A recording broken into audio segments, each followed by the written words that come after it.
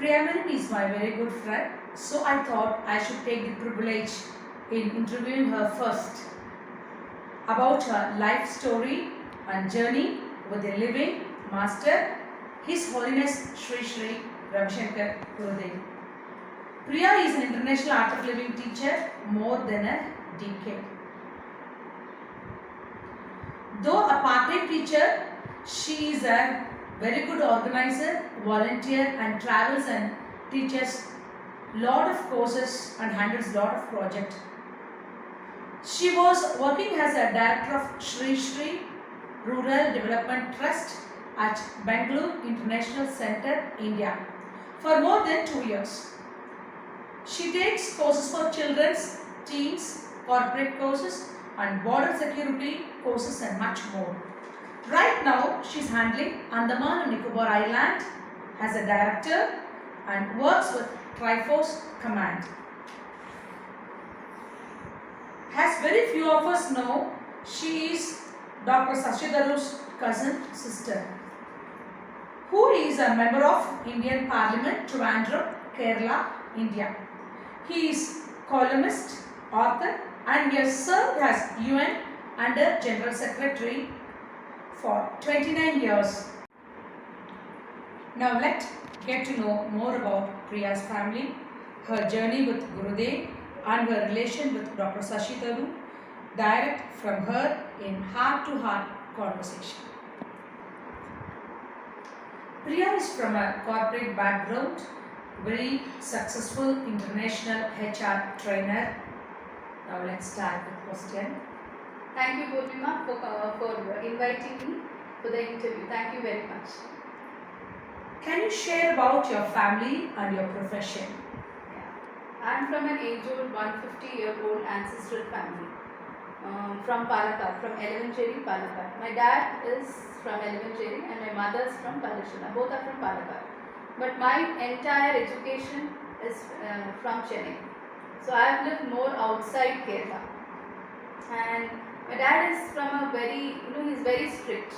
He has, for him, his family plays the first role. So all our entire upbringing was mostly in the, aristocrat strict family where we are taught human values. So I have one brother who is a director of Hikvision, he's in Dubai, and sister who is a quality control manager. She's with the US based company. So and we are just 5 of us. But every year we used to go to the village in Palakkad and we used to have, I had a flavor of what joint family is from the childhood. So I know how it is to influence and adapt in our family. So basically it's a blend of joint family and a blend of nuclear family. How was Dr. Shashi Tharoor related to you? Dr. Shashi Tharoor is my eldest brother. In the sense like my grandfather and his grandmother are brothers and sisters. But if you see, my father and his mother grew up in the same family in Kerala, in Palakkad.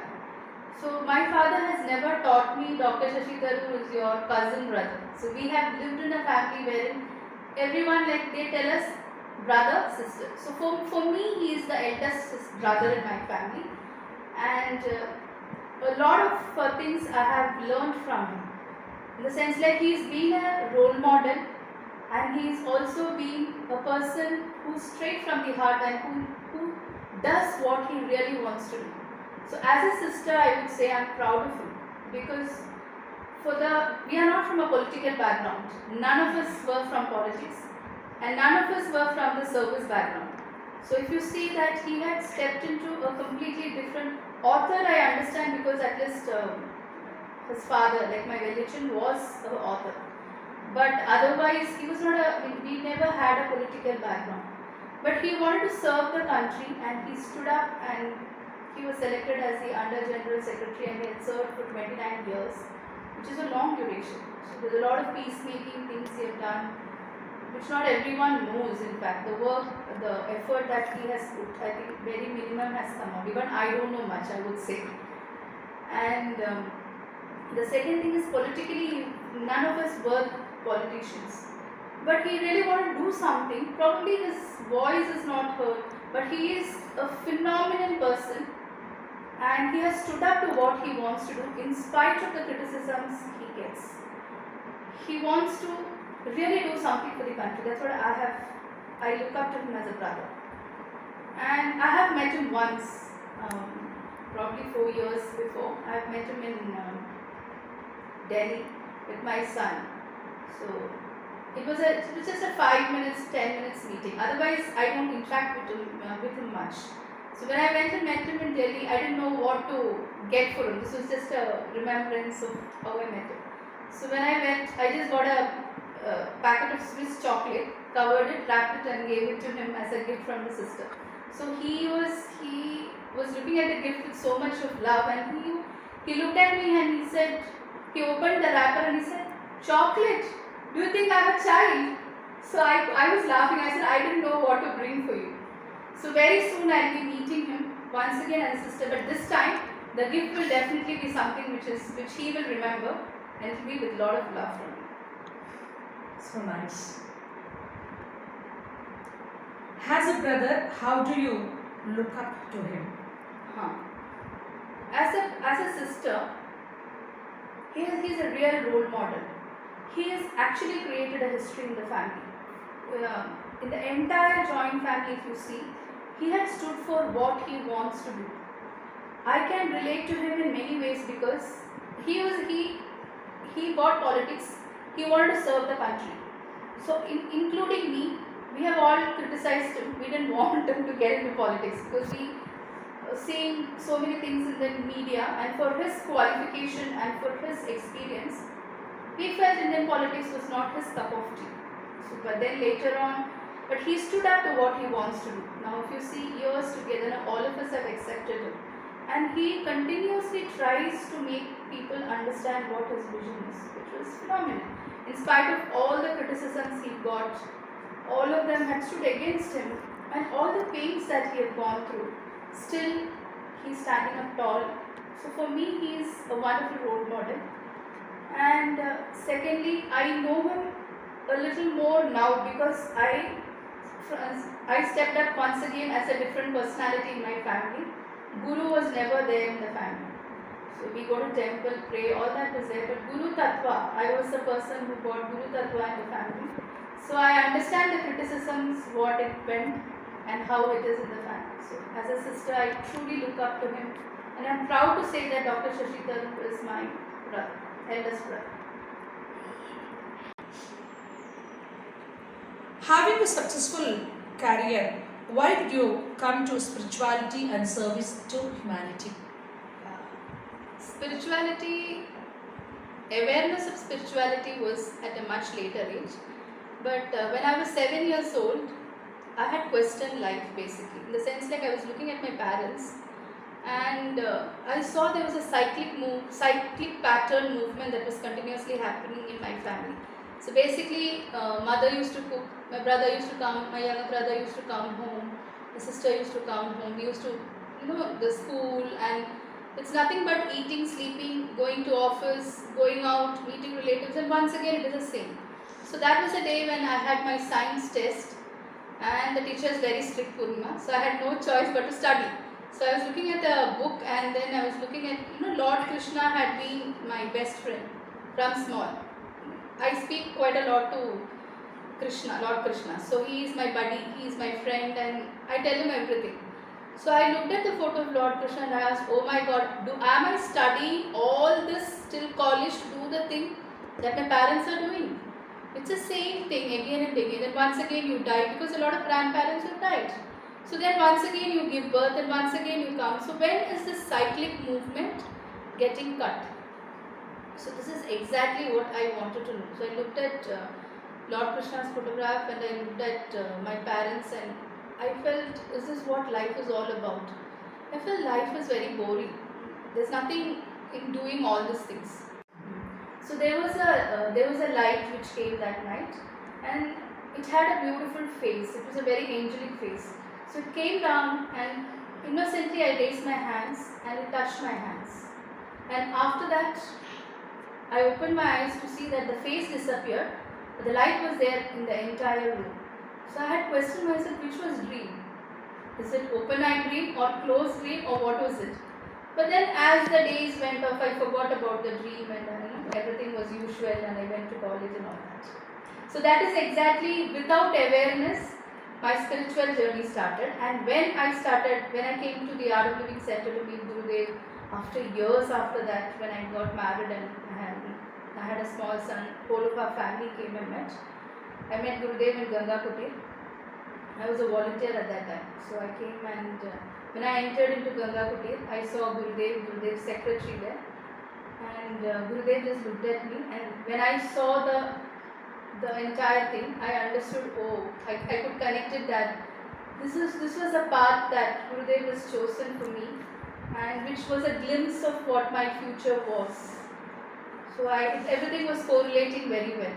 So, and standing in front of Gurudev, I've never felt that Gurudev and me were separate. It was as if I know him for n number of lifetimes, and I've always been with him.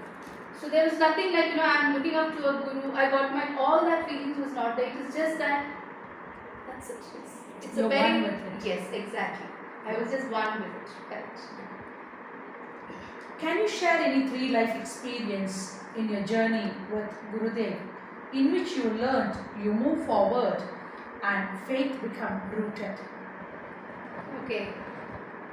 Right. 3 life experiences. Yeah. The first one is after coming from Qatar, Doha, there was a lot of deputation that was happening in Doha because of some misunderstanding between the government and us, because they thought, ours is a humanitarian based organization and we touch across all the countries, and we have teachers across the country. So there was a little bit of misunderstanding. A lot of teachers were getting deported at that time. So they had told us to stop the activities for some time. So at that time, nothing was happening in Qatar except for all of us, all the teachers were doing a sadhana. So I came down, we had a teachers training meet, and that time I met Gurudev, and I asked Gurudev, this is what is it, can I relocate to India? So he said, relocate to India. Then all the teachers were asking, and he looked at me and he told, only me relocate. So the rest of the teachers were looking at me. So that was the time I relocated. It took 1 year for me to relocate back to India, to Bangalore. And I came to the ashram and I met Deepak Sharma. Deepak ji, who is the trustee of Sri Sri Rural Development Trust. And he said, we need people in the SSRDP department. He said, why don't you come and join? You will be such a backbone to the department. So that was a period when I had to go to JNK and start taking courses, because that was guided by Gurudev to me. He said, go and take courses in Jammu and Kashmir. So then I gave this message to Deepak. So Deepak told me, come back and join. This particular position for you will always be there. So then after taking the course, I came back and I joined the department. And when I joined, and meanwhile in this short duration, Deepak became a very good friend of mine. He started, a lot of projects were discussed with me, and we gelled well. So in the duration of organizing, we had organized few of the events, the department meetings, etc., etc. So one of the event was with the central government of India. So that was with Mr. Mangesh had come down from Bombay, and the trustee Mr. Niranjan Rao was there, and Deepak Sharma was also a trustee, one of the trustees. So all of us came together to organize this. So we had invited the Honorable Rural Minister Sudarshan Bhagatji, and his secretary Pramudji was there, and Karnataka Chief Minister was there. So all our team came together to do this. So we had made a nice invitation, and that was my first experience as an event, directly working with Gurudev. So we were very excited because we had made a wonderful invitation and we took it to Gurudev. So Gurudev looked at the invitation and we expected an appreciation. He looked at it and he was checking all the lines in the invitation, and he found out all the mistakes in the invitation, and he looked at me and Mangesh and he said, you don't even know to do an invitation. What can I do? And he was so firm. I've never seen Gurudev this firm. I've always seen, but in that firmness also there was so much of love. So it was a blend of firmness and love. Because it was love, firmness, I had tears in my eyes and I started crying. I didn't know what to do. So then Gurudev, and that was a time when we had worked for an ISO certification too, because we had skills training center also under me. So our department getting ISO certification was very important. So me and Mangesh had worked together for that particular certification. So papers, everything was there. And the next day, a few days after that, the few of them came from different departments, and then we made the invitation proper. And then Gurudev he never said anything. He said fine. And then he said it's a national program. It's not an SSRDP program. So then the next day the program happened, and all of a sudden, someone else from the department has to compare. Now he told me he will not come forward. He said it's not possible, Didi, aap dekh lo. So that is when everything triggered, and I had to step forward in Vishalakshmi Mandap to take the lead forward. And that's when I understood the love of what Gurudev is. Without any reason. In fact, he jerked me with his firmness to make me very strong from inside. And after the event, it was a very successful event. So we were very happy. The entire department was happy. But the next day, I saw a very different Deepak. All of a sudden, Deepak changed. A lot of everybody changed. Whoever friend were all, it was a different. So there was no appreciation, nothing. But there was something else, and I was feeling very bad because I didn't know where I made a mistake. And then so many things happened that I didn't know how to handle it, because I was extremely new to working style of the ashram. So I have written a letter to Gurudev and copied it to all the directors and trustees, stating that this is what had happened, and I'm resigning from this job because I don't know how to handle the department and the director's position that's given to me, because it's a responsibility. And for the first time in my life, which was not my natural quality, because in my family, and Gurudev has taught me always ethical values and human values. He says human values and ethical values are first, and spirituality brings it, it nurtures that. So Deepak is a very good friend of mine. In spite of that, I complained against him, and to Gurudev and to everybody. But the rest of the department didn't mind, because for them it was one of the things. It happens usually, because they are all people who have been working in the ashram for long. But it shook me very badly, because it was not my nature. So then the next day I went and met Gurudev with the trustee, and Gurudev just looked at me and he said, there's a slight misunderstanding. So he said, start taking a lot of courses. So after that, a lot of other departments told me, why don't you come to our department, and you have the caliber to take things forward. But I was very clear, I'll take courses, because Gurudev's guidance and direction was that. But when I stepped back after a week, I realized that I have made a mistake. However the person's behavior is, when you are a friend, you have to be a true friend. And I don't think it was a big mistake and a huge learning that I got from that. After that, I did apologize to Deepak Sharma, and today I am addressing it in front of the media. Itself shows that both of us have moved ahead, and we both are still wonderful friends. But I had that feel, and because of that feel, which Gurudev made me aware that humanity plays the first role. Mistakes can happen with anyone, but what you give importance is what we are. So that was the first experience directly with Gurudev, working professionally with Gurudev. So that is when I realized how professional Gurudev is. Even a small mistake comes to and he corrects it. Second incident was when I went back to Qatar. Once again, it was the second re-going, when my husband got a job there, and we went back to Qatar, and that is when I went and met Gurudev, and I said, Gurudev, I am going back to Qatar. So he said, go and come back. So I said, fine, going and come back means anything, right? So I went, and when I entered the country, that was the first time Gurudev went ahead of me. He went to Singapore, and his flight was before, and after that was my flight.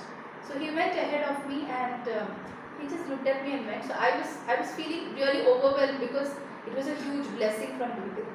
Then after that, when I entered the country, so there is a custom called they scan the eyeballs especially. So when I entered, my son's was done, my eyeballs were not getting done. It was not getting printed anywhere, nothing was moving. So that lady who was standing there, she asked me, "What's wrong?" I said, "I'm not doing anything. I'm showing my eyelids. I'm opening my eyes and showing my eyeballs." She did 3-4 times, it was not getting imprinted at all. So then she said, "It's a visit visa, so you can enter the country anyway." It was only for 20 days. So I entered the country, and before coming into Qatar, I had sold everything. It was like, because we have a villas given and it's completely furnished, so I need not take anything from here. So it was just a bag full of clothes of my sons and mine. Nothing was there, and my immigration was not getting done. Nothing was moving. I entered the country. It was such a shock of my life that I couldn't take it at all. I didn't know what to do.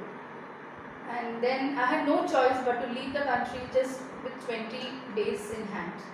When I left the country and when I landed in India, I realized there's nobody except Gurudev in our life, because I had just one bag of clothes, no house, nothing. Yes, I did have a choice of going back to my parents or staying back in Bangalore and going through the entire thing.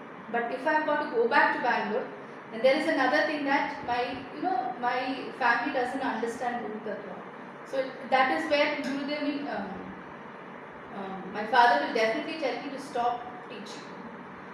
So I didn't want to leave the path. Gurudev says you have to balance everything. Family and service plays a major role, and we have to balance it. So that knowledge stuck me. Only thing is I need a lot of patience. So I said, and anyway my son's admission will not be done because it's mid of the year, and he was with the SSRBM East. So I went and met the principal, Mrs. Reshma ji. So Reshma ji was very kind enough. She understood everything and she took him back once again, because it was a gap of only one month, and I had to relocate, move into a OYO room. It was such a shock because it was very uncertain that I never expected this. Stayed there in a OYO room and sent my son to school till a proper furnished flat was ready. So then I searched the flat, and then once again I got a flat. So that day, that was a day I hit the bottom rock and went into minus. But Gurudev has taught us to once again step forward and move forward. That's the second lesson I learned, that when a master is there, you can move forward. The strength is from within. He is there with you. Now this, how did he prove? How did Gurudev prove this? That was the first birthday where Gurudev had sent a direct message from his mobile, 3:30 in the morning, wishing me happy birthday. So I had tears of gratefulness to this master who is there with us right every second, more than his physical body, because I am not a teacher who had been with him physically interacting in a day-to-day basis. I am like all of you, all the people here who are interacting from within. So, and then after that particular incident, everything set down, and that's when I realized the master is there with you. And then slowly it started picking up. And the third incident was when I lost my father. I lost my father 3 years back. He never agreed to me being an art of living teacher. He said you should have taken a profession. So because of that, the entire family had something. Yeah, in the second incident, I have gone through a huge lot of humiliation, mainly because everybody criticized me, stating it's mainly because of the art of living that you had to come out of the country. But I did prove that it was not. It took a while, but yes, it did. And when my dad had to leave, his soul has to depart. So that is when he understood. So doctor diagnosed him as stomach cancer, and I am very close to him, though he is very strict, etc. Lot of things I have learned from him, especially discipline.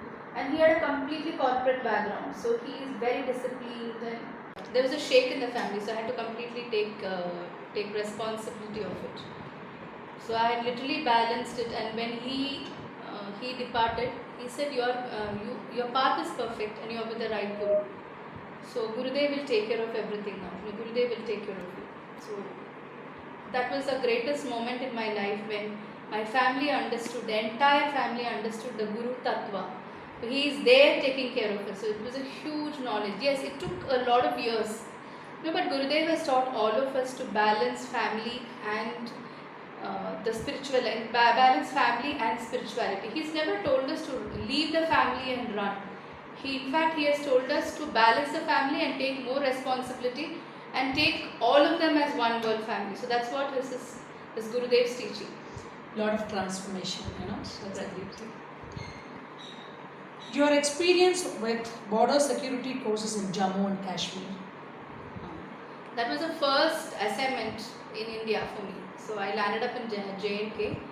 So there, Tariq Nasim Khan was already working in Kashmir. He was working in the Kashmir before. So he was taking courses for the youth in colleges and all. So I had given a call to him and he has arranged for an accommodation in Jammu.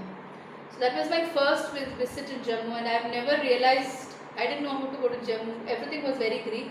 And because being from the south, I have never seen a border.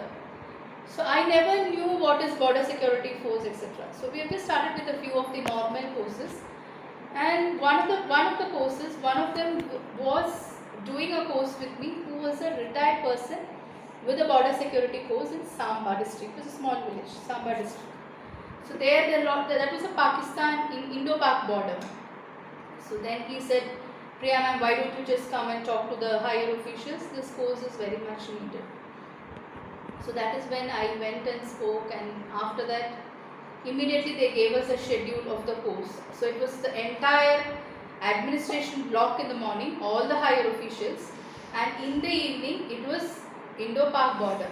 Oh. So from the place where we were taking the course, we were able to see the Pakistan border with their guns. That was a real experience wherein I felt everybody was human. So I was wondering, where is the border? Because there is only one river which was crossing the border. So 2.5 months I was under the security. Me and Tariq was completely taking the border security course morning and evening. Nobody could contact us except for once in a while, 10 or 15 days. We can just give a call home and say a hi to our family. So it was a huge experience wherein I really understood that these people are completely securing our country. They have gone through physical, every day they have physical regime. But what is it that, how do we do something for their mind? Because their mind is completely agitated. And there is a sector of defense, entire family is going through their own stress. They are ready, they are prepared, they are brave. But internally there is a mind, there is an emotion which has to be handled right. So that is where I started focusing on the border security, and I could start putting my attention more on them. I started taking more of courses for them. Though corporates also I was taking, but more of BSF courses. It's a great job, adventurous. It is really great.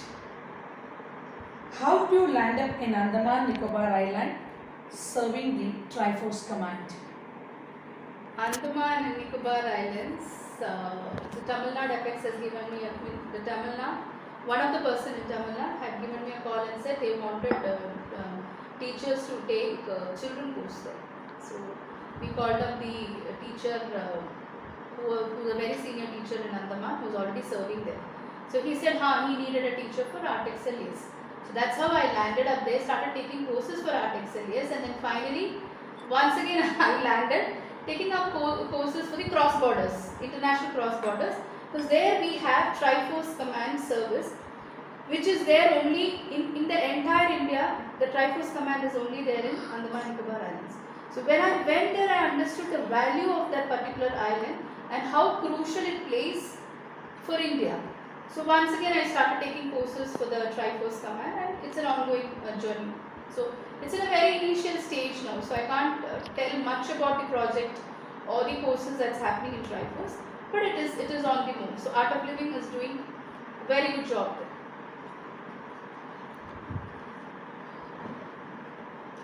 Has a children's, teens and youth faculty any message to the next generation? Right. Spirituality is the base of our existence, and spiritual values are very important. As a teenager, information, IT is definitely needed. Techo savvy is very much important. But with that, spirituality enhances our quality, and it makes our life much more clearer. And I would say spirituality is the most challenging path, where especially walking with the living master, who is living, walking the land. He is alive when we are alive, and he is breathing the same air.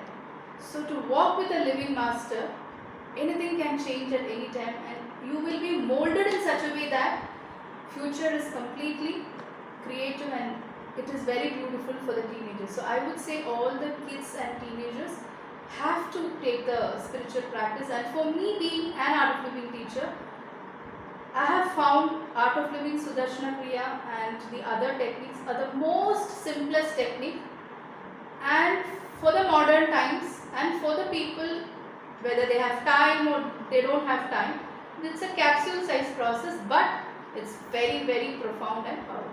The meditation techniques, everything. Why do you feel spirituality is essential for everyone? This is, when I used to watch the video Love Moves the World, as teachers we used to share it, right? Love moves the world. There is a word there's a sentence that Gurudev says at the end. The voice of peace and the voice of truth has to be loved and clear.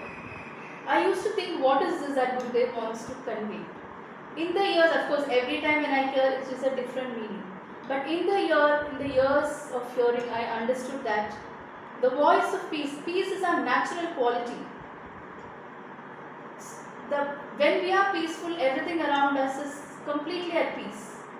So peaceful person, peaceful community has to wake up. And truth is that we are a being, we are not the body.